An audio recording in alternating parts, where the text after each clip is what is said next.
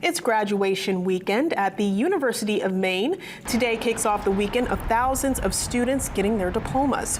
With that comes the influx of traffic as friends and family come to congratulate their grad.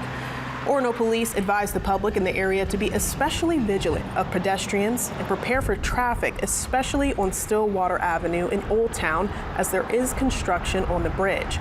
Police Chief Daniel Merrill says it's all about planning ahead.